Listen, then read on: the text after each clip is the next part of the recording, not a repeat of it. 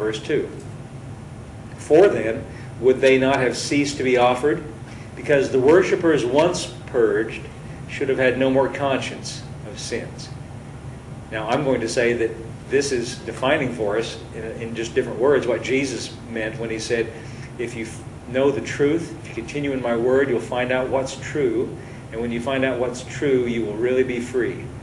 Meaning, exempt from obligations, liabilities, to go where you please. He says, if those sacrifices that they offered, and again, continually, he says in verse 2, the logic is this: if they really did do what they were designed, or what they seemed to be designed to do, wouldn't they have ceased to be offered? In other words, if the worshiper could come and make the sacrifice of the animal blood and the animal sacrifice, then you wouldn't have to do it again if it really did purge that person from sin, if it really did set him free from the guilt and the duty and the burden and the obligation, because then it wouldn't have to be offered anymore because it did the job, you see. Now he's saying those sacrifices of those animals did not do the job. But you can guess and you can sense by implication he's saying there is a sacrifice that did do the job, that did purge the worshipers once and for all forever. And that is, of course, the sacrifice of Jesus. But let's don't jump the gun. Let's don't get ahead.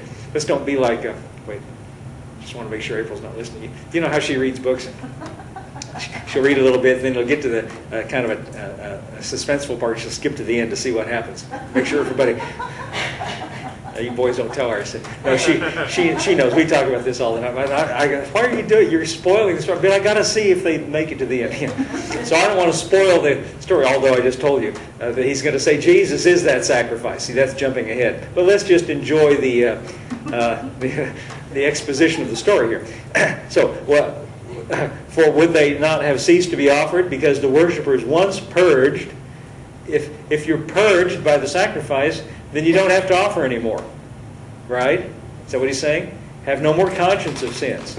In other words, free from those duties and obligations. And able to just be free and go where you please.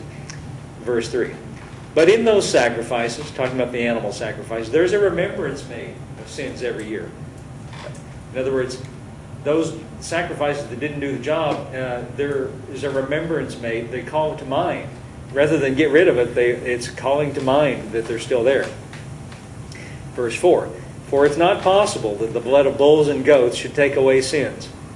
Wow, that's kind of a shocking verse. He says it's not possible for those bulls and goats. Well, why were they doing it? You know why they were doing it? Because God commanded them to do it. Now, why would God command them to make sacrifice that did not do anything? And don't misunderstand me about this at all. I'm telling you that the sacrifice of those bulls and goats didn't do anything about sin. It didn't take it away. It didn't purge them.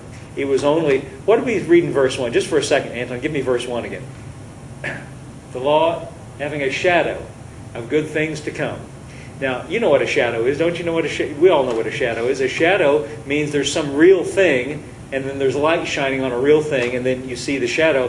When you see the shadow, it tells you there's something real that's casting the shadow, right? Now, if you're going down the street and you saw around the corner, you saw nobody's there, but you see a shadow, you say, oh, somebody's coming. You don't say, well, there's a shadow all by itself. No, the shadow is only there because something real is casting it. He's saying the law, including all the sacrifice of those bulls and goats, was only a shadow of something real that was coming. The bulls and the goats weren't real. What they did was not real, but the sacrifice of Jesus that was coming was foreshadowed by those bulls and goats whose blood was sacrificed. Verse 4 again. It's not possible that the blood of bulls and goats can take away sins. Verse 5. Wherefore, when he cometh into the world, he saith... Now this is a quotation now from the Old Testament, from Psalm chapter 40. Now he's going to prove what he's saying by quoting from the Old Testament.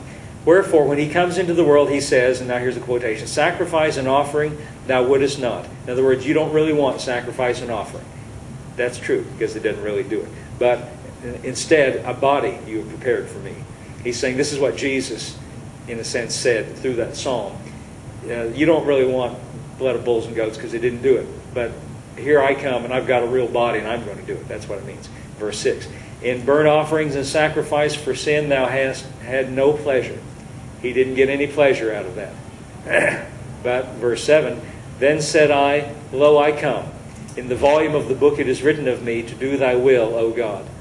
Again, quoting from the Old Testament, what is his will? That he come and make that sacrifice in his own body. Verse 8. Above, when he said sacrifice and burnt offering and offering for sin thou wouldest not, neither hast any pleasure therein, which are offered by the law, then said he, Lo, I come to do thy will, O God. Now, here's an interesting point he makes. He takes away the first that he may establish the second. In other words, he takes away, for those who believe in him, he has removed that original burden and liability to make all those sacrifices again. He takes away the first that he may establish the second. Verse 10, by the which will. And when he says will, he's referring back to when he said, I come to do your will. Meaning to offer myself, Jesus says, as a sacrifice for sin. So by doing that, verse 10, by the which will, his own offering of himself, we, the worshipers, are sanctified. The word sanctified means to be made holy. That's exactly what it means. It's the same word translated holy.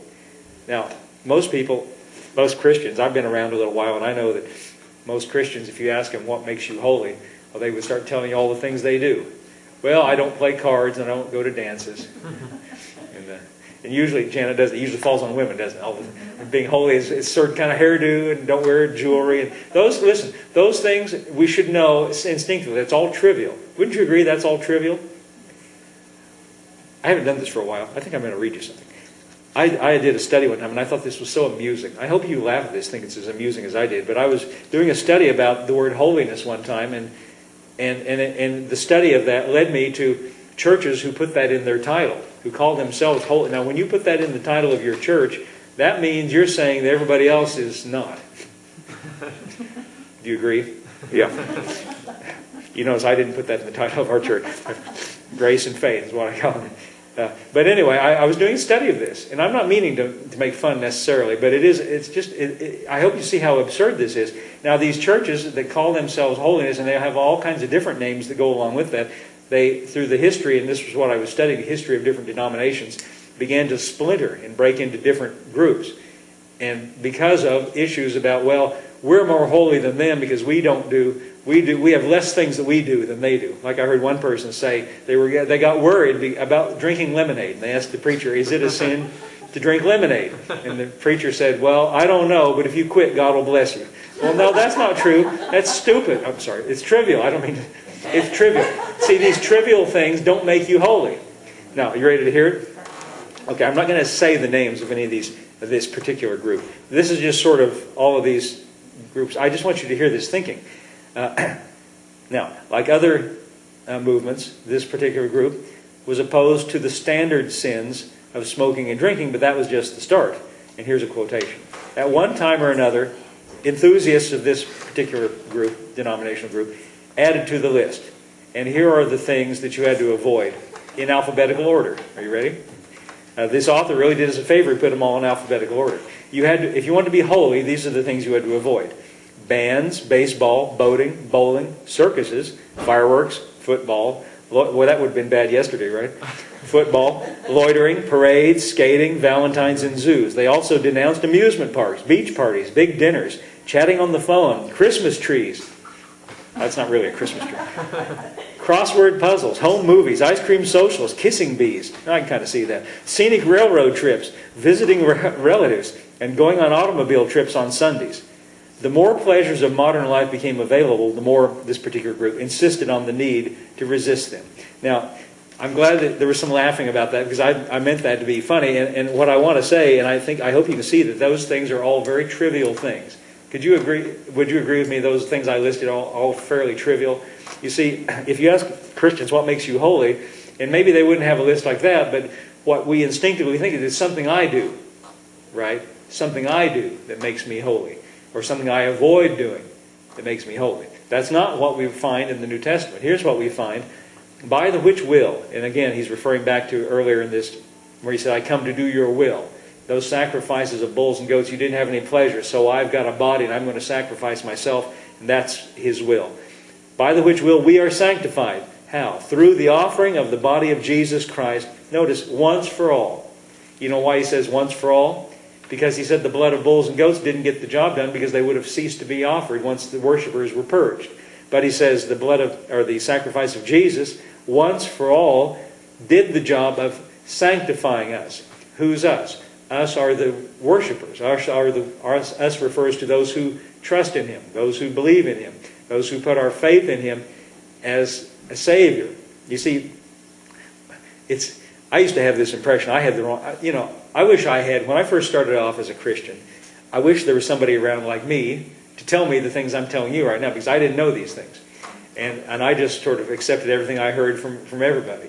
And I had the impression, here's the impression I had, that being saved, that getting saved, believing in Jesus as a Savior means that He accepts you sort of on probation to see if you'll do any better. I'll give you a second chance. And then you feel like what that does is it creates a sense of insecurity. Now, do you remember back when we read what Jesus was saying? He said, the servant does not abide in the house forever, but the Son abides forever. The servant is insecure because he never knows, if he does something wrong, the master might kick him out, right? But he says, I am the Son and I'm going to set you free. I have the power to set you free. And again, what he's talking about is free from liabilities, obligations, to go where you please. It's a secure position. He is in a secure position, and He grants us that same position. But when I first started out, I didn't feel secure at all. I thought He gave me a second chance to see if I could do any better. And the more I went along and found out that I didn't do especially better all the time, and here's the reality. As long as you're in a body made of flesh and blood, you're going to make mistakes. And you're going to do some things wrong. And you're going to say, oh, I wish I hadn't said that. Now, I'm not going to ask you if you've ever said that, but I wish I hadn't done that. I'm not going to take a show of hands, but see, everybody falls in that category. Well, if you start thinking seriously enough about those things, you might give the impression that you've done too many bad things. And I've talked to people like that who have said, I've done so many bad things, I don't think He can accept me anymore. But you see, we're not accepted because of the good things we've done or the avoidance of bad things. What did it say here? By the which will we are sanctified, which means made holy, through the offering of the body of Jesus once and for all. You notice it wasn't us making any kind of offering. Did you notice that? Why? Because we are exempt from those obligations and liability. He made the offering for us. By the offering of Jesus once for all, we are sanctified. Notice again it says, I like these words here, once for all. The all is us, and the once means one time was good enough. There aren't any more necessary. There's no way you can make it better. There's no way you can sacrifice something else to make up for it. You don't need to do anything else to make it better. He's made it as perfect as it can ever be. And once you believe in Him and you come into that connection with Him, where you come under the umbrella of everything He's done for you, you can't improve upon it. You might be a Christian for 50 years, and you might do everything exactly right, but you still have not improved upon what you first had the first moment you believed in Him. That's why a person who is just brand new as a Christian is ready to go to heaven right then. He doesn't have to be purified or purged or fixed up. He's as pure and purged and holy as he's ever going to be. And all of us sitting here who are believers in Jesus, we are as pure and as holy as we are ever going to be. Now that doesn't mean we don't make mistakes. That doesn't mean that we don't do things wrong. But what it does mean is there's already been a sacrifice made for those things. And what are we supposed to do? We're supposed to be conscious of that. That's why Jesus said, if you continue in my word, you're going to find out what's really true. And if you ever find out what's really true, that truth is going to make you free. Now, first of all, He said free from, again, this word means literally free from obligations and liabilities. That means you don't have to do anything to make it better. Free to go where you please. Now, that scares some people to say you're free to do and go. And I'm going to talk about that just in a minute. But let's finish this. I want to talk about that too. And I'm trying to be short also. I'm trying to do everything.